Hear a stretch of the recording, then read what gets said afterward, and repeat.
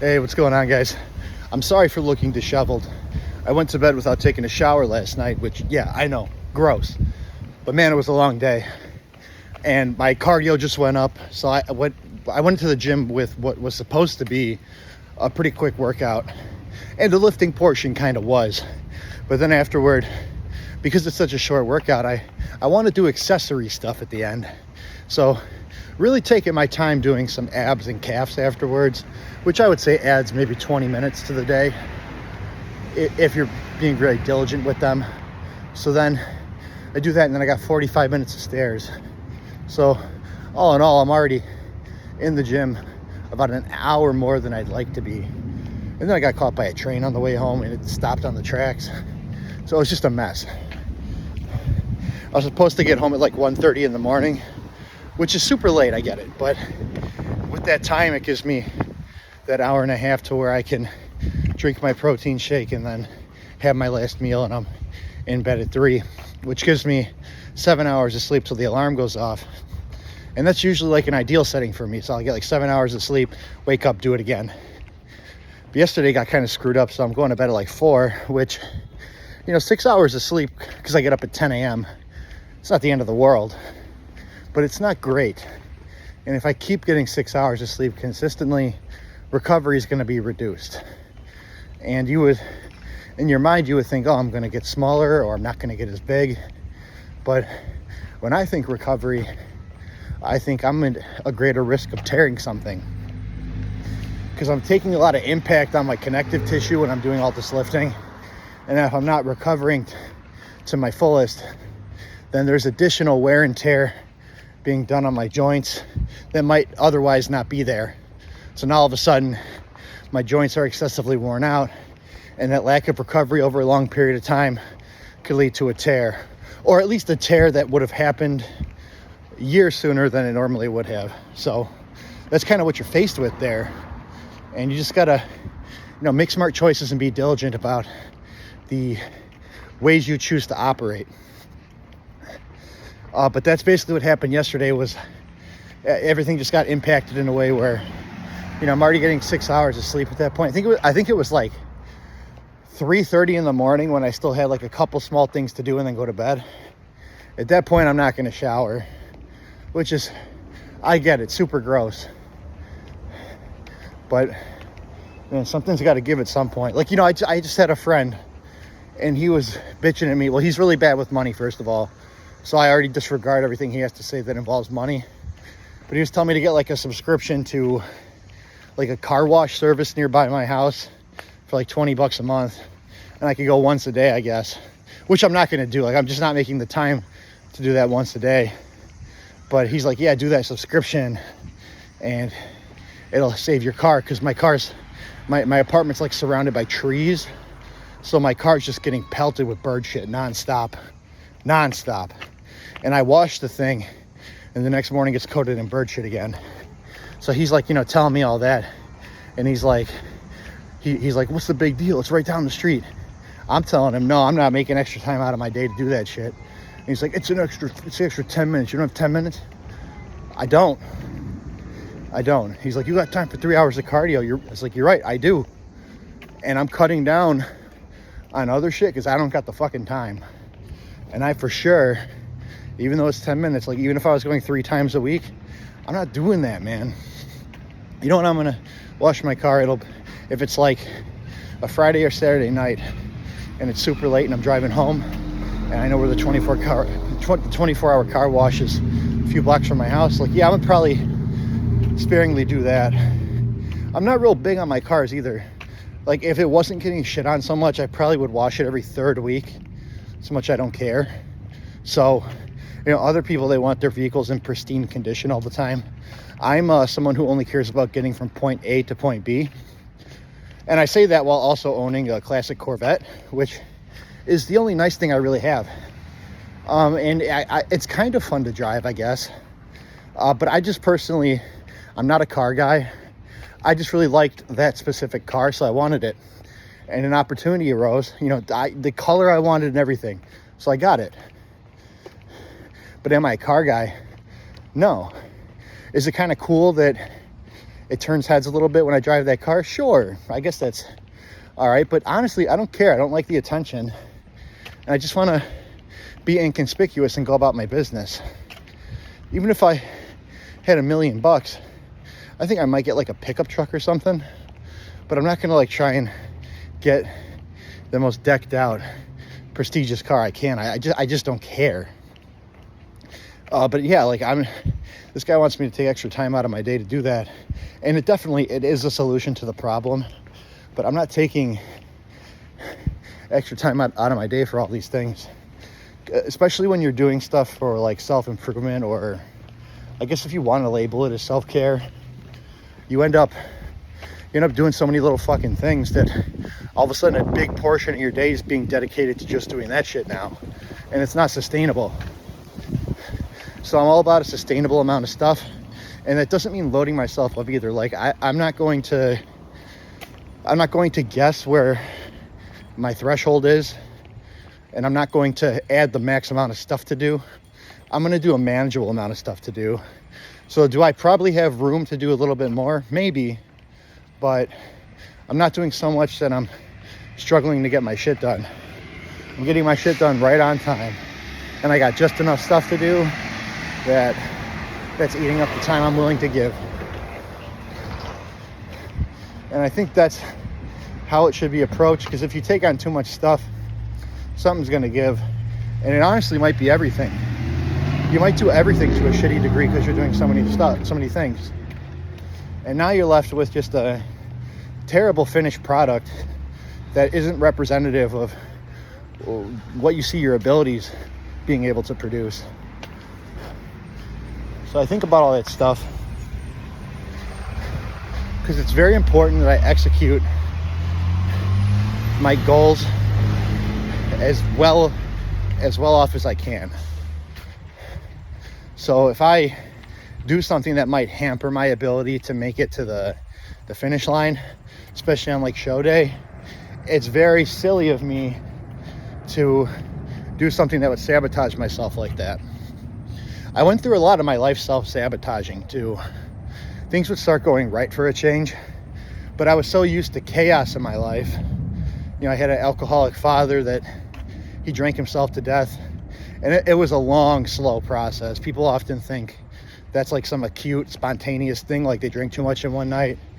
It's like, no, over the course of years, I got to watch someone's body deteriorate into nothing and then eventually die because they can't keep living at that pace anymore. So like there was that, and then just a string of bad relationships, and a lot of stuff to make me wary. So when good stuff would start happening to me, internally I would think, what the fuck is going on? This kind of stuff is not supposed to happen to me. There's got to be something wrong. So I would get a bit of paranoia, and I'd start looking for stuff that's not there. And if you spend all your time looking for something, you're going to find it in some way, shape, or form that you've created. So I would do a lot of that, or just starting unnecessary fights and being pretty difficult to be around. And I would do a lot of things to sabotage, not just relationships, but myself. Because it was like I was scared of doing well. I had so much anxiety of the thought of performing for the chance to do well. I would create circumstances for myself that would allow me to fail. And I got sick of living that way. Because it's a self-fulfilling prophecy that's only harming yourself, and you're the direct cause. So it took a lot of working past that, and then consciously making better choices and accepting good ones as they come, and not being so cynical that you're applying every experience you've had to every new situation. That's a big one too. Just because other people have wronged you or things haven't gone right in the past, it's definitely something to keep your eyes more open about in the future. But you don't want to become jaded and just a very unpleasant individual because of your experiences. And now you start applying that to everyone and everything. And you're making situations bad before they ever had a chance to be good. So there's things you have to navigate there that could be very difficult at first. But that's what I've done, is put in the work in that regard. so that I'm able to just fully enjoy and take advantage of the opportunities in front of me, especially ones that are good for my personal development. And it takes a lot to get there. Having a really good partner now definitely helps alleviate a lot of those feelings of inadequacy. And if anything, that's bolstered me into a better version of myself. Whereas I've been with people who maybe didn't mesh with my lifestyle, or were generally just, very unsupportive. That stuff weighs on you and it drags you down. But having a supportive person does the opposite. And that's wonderful. But you got to allow yourself to let good things happen. Good things could happen to you, and you could choose to fuck it up just because you don't want to deal with the chance of greatness. So it's easy to just fuck things up because you don't got to worry about it. And you're so used to feeling bad, you just gave yourself a reason to feel bad because you fucked everything up. So it goes back and forth like that, and it's a lot of negative habits that are definitely hard to break out of. But once you do, you realize how much time you wasted ruining everything that could have been spent enjoying stuff. So that's where, I think that's the next stage of evolving past then, is realizing you have the ability to be happy. And then it's just kind of executing the actions you need to allow that to happen. So the happiness involves putting in work, but a lot of it's perspective. And you can make the work enjoyable based on what it's doing for you, instead of finding excuses or not doing stuff, anything to self-sabotage. So it definitely, it helps to kind of shift that perspective and look at things with the glass half full instead of half empty. But that doesn't mean to be delusional either. You gotta face reality when it's staring you directly in the face. And you gotta adjust your life accordingly based on whatever's going on. So some people might convolute or reduce what I'm saying into like extreme simplified versions of things. But no, man, like, you just don't be so hypercritical, and stop looking for the little technicalities and flaws within stuff, and just start implementing good behaviors consistently, because they end up paying back after a while. If you have a couple days of changing things up, it might make you feel good, might feel hard, but it's not enough time to have gotten anything done yet. So the way you could get stuff done is to start looking at the activities you're doing as something that's going to have a positive outcome for you, instead of just focusing on the work that needs to be done. And eventually, if you do that long enough, you're going to start enjoying the work you're doing instead of just seeking the outcomes from it. Because you develop an appreciation for what you're doing once you firsthand see the results it's giving you. So that deeper appreciation is going to yield more results for you. Geez, sorry about that, everyone. My mouth's really dry right now, so it makes me have to gag a little bit. But yeah, just making better choices and allowing yourself to let good things happen. You don't have to want every situation to be some kind of underlying resolve towards your happiness. More so, you're just accepting the joy when it comes and just dealing with reality for what it is.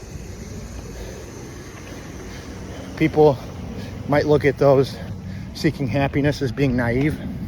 I guess that's one pessimistic way to look at it, but there's nothing naive about that. I mean, you could be a naive person.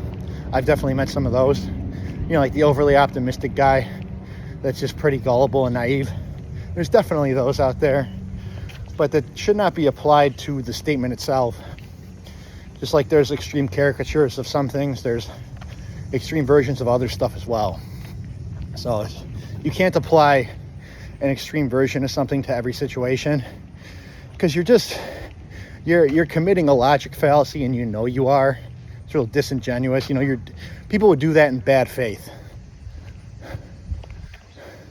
And they might do that because they are getting defensive, wanting to hold on to whatever lifestyle or the current ways they live their life that they don't want to change. So a lot of things, just kind of realizing the motive behind why people are saying or doing what they are. And it gives you better insight into not fucking listening to them. If everyone has a motive, everyone's trying to, they have their own little fucked up tendencies they've accumulated throughout their life, and they're just trying to succeed in sometimes any way possible.